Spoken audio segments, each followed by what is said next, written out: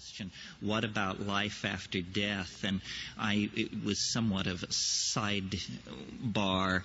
The Buddhists at the folk level in India do say you cannot attain enlightenment unless your mother is dead, which is a kind of an odd notion, seeming to imply that she had to precede you into hyperspace. When you die, what you do is you literally, as appears to happen, you dissolve.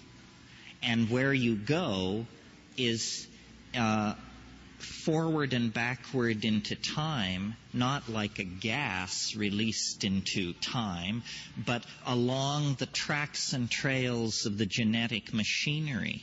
In other words, you flow into your children, and you become, let's make a very simple model and say at the moment of death you become your children and your parents. A few moments later, you become your grandchildren and your grandparents.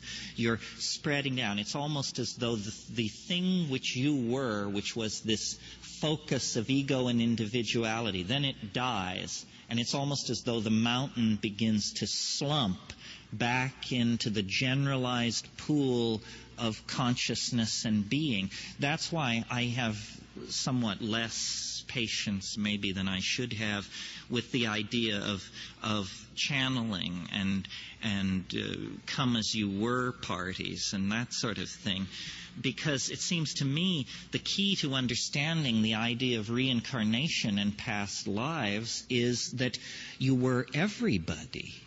Of course, that's who you are. Here comes everybody. You know, you weren't just that shepherd girl or that Roman emperor or that Greek fellow. You're everybody, and you can find your way into the great genetic telephone system and ring anybody's bell in history. Well, then it would be absurd to claim you were that person. That would be as absurd as claiming that anybody you could call on the telephone is who you are. No, it's that we are everyone.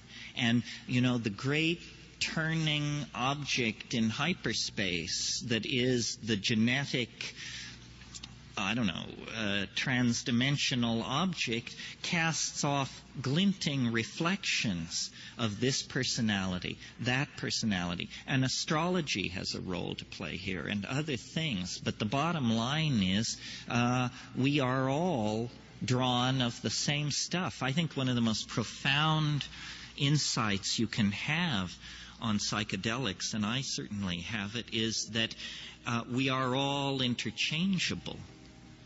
You know, anybody could do my job, and I'm pretty confident I could do almost anybody's job. We define ourselves otherwise, but in watching the rise of my own career, it's a kind of being deputized, chosen for the job. It's just they said, well, he can do it. He has the gift of gab, so give him the credit line. But it could have been anybody. Our uniqueness is real on one level, but on another level, it's fairly illusory.